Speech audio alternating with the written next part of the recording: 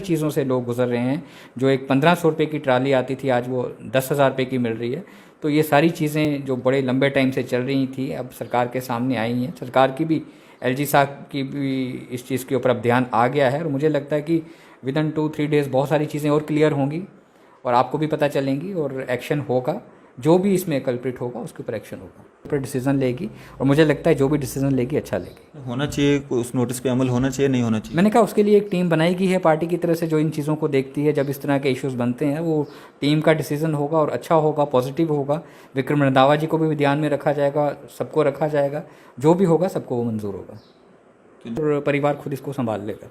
रंधावा जी ने तो छाती ठोक ठोक के कहा था कि जितेंद्र सिंह ने जो लोग रखे हुए हैं आगे, किसी भारत शर्मा का नाम ले रहे थे, उनके द्वारा जो है उन्होंने एजेंट बिठाए हुए हैं। ये जो पैसा जाता है, करप्शन जाती है, ये ऊपर तक जाती है।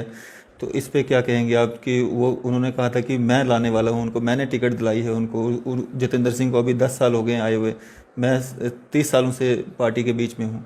देखिए, मानते हैं हम विक्रम रंधावा जी सीनियर हैं पार्टी में और डॉक्टर जितेंद्र सिंह साहब ने उस टाइम पे ज्वाइन किया, वो अच्छी बात है। जब आप देख रहे हैं न्यूज़ सर इंडिया और मैं हूं अरफाज अहमद डैंग। कुछ दिनों से आप लगातार देख रहे हैं कि बीजेपी के जो बड़े नेता हैं, पूर्व एमएलसी व BJP senior leader mister Vikram Randhawa ji के द्वारा जो प्रेस कॉन्फ्रेंस की गई थी काफ़ी सुर्खियों में रही और बीजेपी वर्सेस बीजेपी देखने को मिला। और बड़े कद्दावर नेता जितेंद्र सिंह जो कि पीएमओ मंत्री हैं, पीएमओ में मंत्री हैं, उनके खिलाफ काफ़ी सारे जो बातें उनके द्वारा कही गई, इसी सब पे चर्चा करने के लिए हमारे साथ मौजूद हैं बीजेपी के spokesperson mister Tahir Chaudhary ji. Sir, क्या कहना चाहेंगे जो इस तरह के आरोप जो हैं आपकी पार्टी के ही जो एक कद्दावर नेता ने दूसरे कद्दावर नेता पे लगाए हैं, क्या कहना चाहेंगे? देखिए, जहाँ तक विक्रम जी की प्रेस कॉन्फ्रेंस की बात आती है, 2-3 दिन पहले की बात है। अगर विक्रम जी की बात की जाए तो पार्टी के बहुत पुराने लीडर हैं, बहुत पुराने कार्यकर्ता हैं, उनका परिवार और वो खुद। और उस चीज़ को देखते हुए विक्रम रंधावा साहब कहीं किसी हद तक गलत नहीं हैं। उनकी प्रेस कॉन्फ्रेंस बिल्कुल सही थी, लेकिन कहीं ना कहीं जो एक लैंग्वेज का इस्तेमाल किया गया उस प्रेस कॉन्फ्रेंस में, वो सबको ठेस पहुंचाता है पार्टी में। पार्टी को वो चीज़ें अच्छी नहीं लगी, वो लैंग्वेज अच्छी नहीं लगी। और जहाँ तक इस चीज़ को विक्रम रंधावा साहब और डॉक्टर जितेंद्र सिंह साहब के साथ जोड़ा जा रहा है, विक्रम जी ने जो आरोप लगाए, जो चीज़ें कहीं सही हैं, लेकिन उसमें जो एक गवर्नमेंट ऑफिसर की बात करते रहे कि मेरी फ़ोन पे कन्वर्सेशन हुई और उस गवर्नमेंट ऑफिसर ने ये नाम लिए, वो वहाँ से जोड़ा गया और बाद में इस चीज़ को उन चीज़ों से जोड़ा जाता रहा जो मैं कहता हूँ कि सही नहीं है। चीज़ें ठीक थी, मुद्दे सही थे उनके प्रेस कॉन्फ्रेंस के, बहुत इंपॉर्टेंट चीज़ें उन्होंने इश्यूज़ उठाए और मेन वही रहा कि जो एक लैंग्वेज यूज़ की गई वो सही नहीं थी। जो आरोप लगाए उन्होंने वो भी सही थे? देखिए, आरोप जो लगाए गए हैं वो एक गवर्नमेंट ऑफिसर्स के ऊपर लगाए गए, ब्यूरोक्रेट्स के ऊपर लगाए गए। मैं सीधी सी बात कहूँगा, जो इस टाइम पे जम्मू कश्मीर में जो इस टाइम पे सिस्टम चल रहा है, स्पेशली ब्यूरोक्रेट्स का, वो किसी हद तक सही नहीं चल रहा है और उससे आम जो जनता है वो परेशान है। मुझे लगता है आपने प्रेस कॉन्फ्रेंस पूरी देखी नहीं है। नहीं, प्रेस कॉन्फ्रेंस मैंने पूरी देखी है। मैं समझ रहा हूँ कि आप क्या सुनना चाहते हो मेरे से और कहाँ आप इशारा कर रहे हो। डॉक्टर जितेंद्र सिंह साहब का बार बार बीच में नाम आया, लेकिन डॉक्टर जितेंद्र सिंह का नाम विक्रम रंधावा ने जितनी बार भी लिया थ्रू उस ऑफिसर के थ्रू लिया कि मेरी जब भी फ़ोन पे कन्वर्सेशन होती है वो उनका रेफरेंस भी दिया जाता है।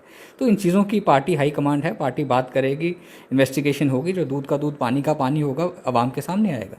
क्या ज़रूरत पड़ी जितेंद्र सिंह जी को नोटिस भेजने की, विक्रम रंधावा जी को, अगर उन्होंने उनका नाम ही नहीं लिया था? देखिए, जब ऐसी चीज़ें आती हैं, एक ऐसे मंत्री का नाम बीच में आ गया जो जम्मू कश्मीर के लिए सुबह शाम काम करते हैं, डॉक्टर जितेंद्र सिंह साहब की बात की जाए तो वो पार्टी के एक अच्छे लीडर हैं, एक अच्छे पॉलिटिशियन हैं और पीएमओ में अगर काम कर रहे हैं तो उनमें कुछ गुण हैं तो वो पीएमओ में बैठे हैं और उनका सेकंड टेन्योर चल रहा है। बहुत इंपॉर्टेंट पोजीशन पे हैं, बहुत इंपॉर्टेंट काम कर रहे हैं और जम्मू कश्मीर के लिए बहुत अच्छा काम कर रहे हैं वो। और जब ऐसी चीज़ें आती हैं तो सियासत में ऐसे नोटिस देना एक मजबूरी भी होती है और दिए भी जाते हैं। अभी जो अपोजिशन रिज़ाइन मांग रही है जितेंद्र सिंह जी से, तो उसके बारे में क्या कहेंगे?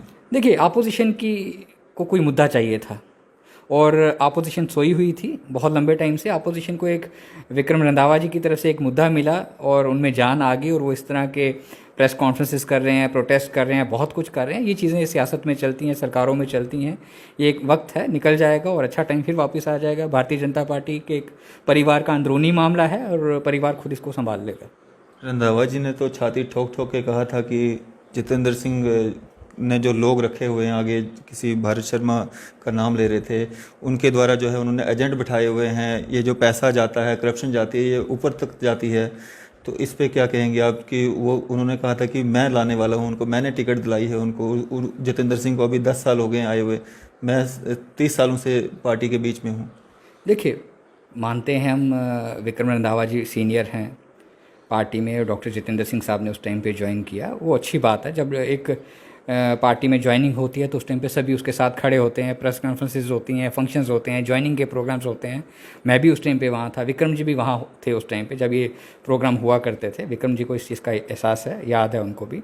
लेकिन जब जोश में ये चीज़ें की जाती हैं, प्रेस कॉन्फ्रेंस की जाती है, कहीं ना कहीं ऐसी चीज़ें हुई हैं विक्रम जी से जिसका हमें दुख है।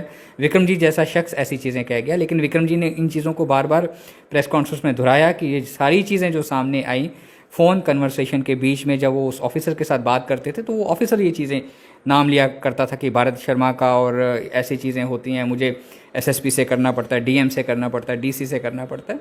विक्रम जी ने वो चीज़ें बताई हैं, और विक्रम जी जैसा बंदा बड़ा स्ट्रेट फॉरवर्ड इंसान है, वो जो बात करता है दिल की करता है। इसलिए उसने दिल की बहुत सारी बातें जोश में आके कह दी हैं, जो एक बहुत बड़ा बवाल बन गया है। और मैं फिर यही बात कहूँगा, पार्टी की अंदरूनी बात है, अंदरूनी चीज़ें हैं। जो बहुत बड़ा परिवार होता है तो ये छोटी मोटी नोक झोंक चलती है, और ये सारी चीज़ें बड़ी एमिकेबली सॉर्ट आउट कर ली जाएंगी। अंदरूनी रही नहीं ना, अब उन्होंने खुद जग जाहिर कर दी, तो अब तो ये सब लोगों के सामने आ गई। नहीं, मैंने कहा ना, एक सीधा साधा साफ दिल का इंसान है वो। ये चीज़ें जो सियासत है वो उसको ओपन उसने पब्लिक डोमेन में ला के खड़ा कर दिया, ओपन प्रेस कॉन्फ्रेंस में ये चीज़ें कह दी, और ये चीज़ें हम संभाल लेंगे। घर की बात है, घर के अंदर ही सॉर्ट आउट हो जाएगी। वो जो आप बात बता रहे हैं ना कि मतलब टेलीफोनिकली हुई थी, जो पहली प्रेस कॉन्फ्रेंस उन्होंने की थी और बाद में जो इंटरव्यूज़ किए, वो तो सुर उनके बाद में चेंज हुए ना। पहले तो उन्होंने जो पहली प्रेस कॉन्फ्रेंस की थी, उन्होंने तो साफ साफ नाम लिए थे, और यहाँ तक कहा था कि भूखे मरेंगे उनके बच्चे, अंकुश सचदेवा के भूखे मरेंगे जितेंद्र सिंह के बच्चे। तो ये तो उन्होंने खुद नाम लेके कहा था ना, ये तो अंकुश सचदेवा ने नहीं कहा होगा। देखिए डैंग साहब, आपको एक चीज़ क्लियर करूं, जब इंसान परेशान होता है, डिप्रेशन में होता है, कोविड का टाइम चल रहा है, और विक्रम जी जैसा इंसान जो पार्टी का बड़ा एक इम्पॉर्टेंट कार्य करता है, वो बहुत इम्पॉर्टेंट फैमिली है हमारे लिए, रंधावा फैमिली, जिन्होंने अपनी पूरी लाइफ भारतीय जनता पार्टी को दी, उस परिवार ने। और जब जोश में और टेंशन में ऐसी बातें निकलती हैं तो उन बातों को हमें इतना सीरियसली नहीं लेना चाहिए। मैं फिर आपको यही कहूँगा, भारतीय जनता पार्टी एक ऐसा फैमिली है, ऐसा परिवार है, जो चीज़ें हुई हैं उन चीज़ों को बड़ी जल्दी सॉर्ट आउट कर लिया जाएगा, उन चीज़ों के ऊपर चर्चा की जाएगी, और चर्चा हो भी रही है, और मुझे लगता है वो सारी चीज़ें क्लियर हो जाएंगी, डॉक्टर जितेंद्र सिंह साहब की तरफ से भी, विक्रम जी की तरफ से भी। सीरियसली तो बीजेपी परिवार खुद ले रहा है, जिस तरह से आपने भी कहा कि कुछ हद तक ठीक है। कविंदर गुप्ता जी जो कि पूर्व डिप्टी सीएम रह चुके हैं, उन्होंने भी कहा कि कुछ हद तक ठीक है, और बीजेपी के द्वारा ही नोटिस भी भेजा गया।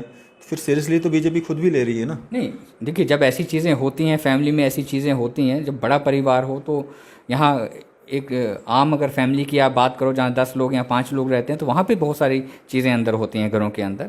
तो ये हमारा तो हज़ारों की, लाखों की तादाद में बड़ी परिवार है, बहुत सारी ऐसी चीज़ें होती हैं, और जब हुई हैं तो उन चीज़ों को हैंडल करने के लिए पूरी हमारी टीम है, एक्सपर्ट्स की टीम है, पार्टी ने सारा सिस्टम बना के रखा हुआ है। इन चीज़ों को ठीक किया जाएगा, सुधारा जाएगा कि दोबारा ऐसी चीज़ें ना सामने आएँ या ऐसी घटनाएँ ना घटें। लेकिन अगर कहीं ऐसी चीज़ें हो जाती हैं तो उन चीज़ों को सरकार में भी, बड़ी पॉलिटिकल पार्टीज़ में भी हैंडल कर लिया जाता है। जी, तो अब जो डीएमओ हैं जम्मू डिस्ट्रिक्ट के, उनके द्वारा भी एक कदम उठाया गया है, और एसएसपी को एक लेटर के द्वारा ये लिखा गया है कि आप जो है इनके खिलाफ कानूनी कार्रवाई करें। तो अब उन्होंने भी सीरियसली ले लिया इस मैटर को। देखिए, डीएमओ के ऊपर भी प्रॉपर इन्वेस्टिगेशन होनी चाहिए, सही इंक्वायरी होनी चाहिए, और ये अगर सारी चीज़ें सामने आती हैं तो जो भी लॉ के अंडर जो भी पनिशमेंट सामने आती हैं तो उनके ऊपर भी लगानी चाहिए, क्योंकि बहुत सारी जो सवाल हैं, 99% सवाल डीएमओ के ऊपर ही उठे हैं।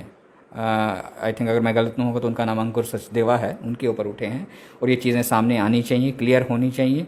और डीएमओ की वजह से पिछले कुछ टाइम से जो जम्मू कश्मीर का जो अवाम है वो दुखी है, आम आदमी दुखी है, लोगों को कंस्ट्रक्शन में दुखी हो रही है, प्रॉब्लम्स आ रही हैं, एक आम आदमी अपने घर की छोटी मोटी रिपेयर नहीं करवा पा रहा। बहुत सारी चीज़ों से लोग गुजर रहे हैं।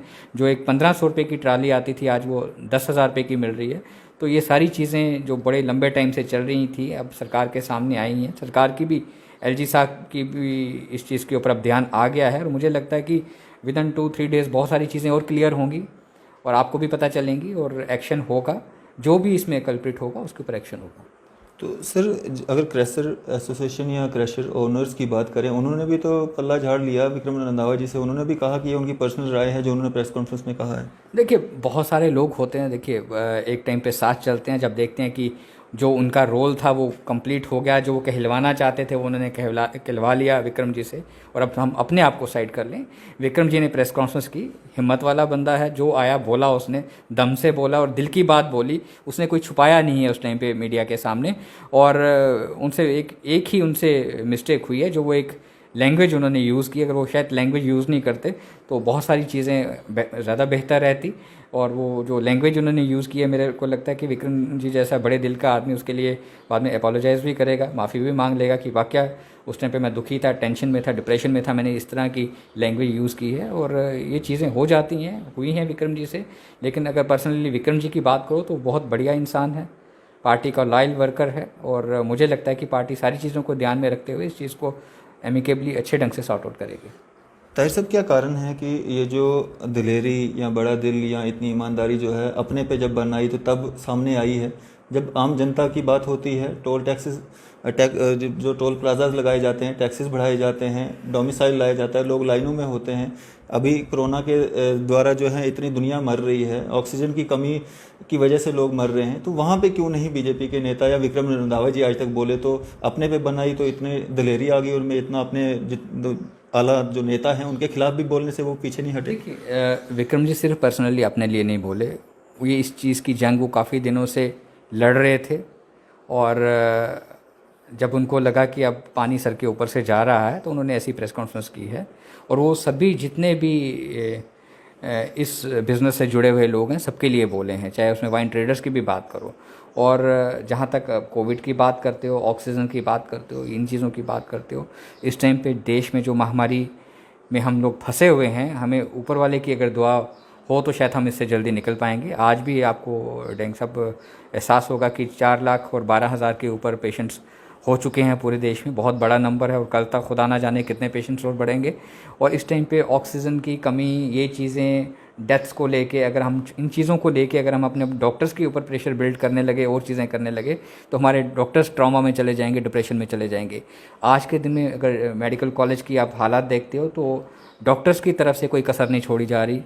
पेशेंट्स का फ्लो बहुत ज़्यादा है, डॉक्टर्स डे नाइट काम कर रहे हैं, एलजी साहब उसको टाइम टू टाइम मॉनिटर कर रहे हैं, लेकिन फिर भी डेथ्स हो रही हैं। क्योंकि जब कुदरत की ये महामारी फैलती है किसी देश में तो उसको कुदरत ही बाद में कंट्रोल करती है। और ये वायरस फैला हुआ है, हम सबको ध्यान देना चाहिए, सबको इन चीज़ों के ऊपर mouth mask, sanitiser, social distancing को मेंटेन रखना चाहिए। और अपने डॉक्टर्स को, पैरामेडिकल स्टाफ को हमें सल्यूट करना चाहिए जो इन हालात में 24/7 काम कर रहे हैं। और मुझे नहीं लगता कि इस टाइम पे हमें उनके काम में जाके उनको इंटरवेन करना चाहिए, चाहे भारतीय जनता पार्टी हो, चाहे कांग्रेस हो, चाहे कुछ हो।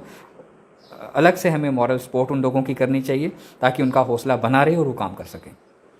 उनको इक्विपमेंट जो डॉक्टर्स को जो तैयारियां हैं, जो दवाइयां हैं, जो ऑक्सीजन प्रोवाइड करनी है, वो तो सरकार ने ही करनी है ना।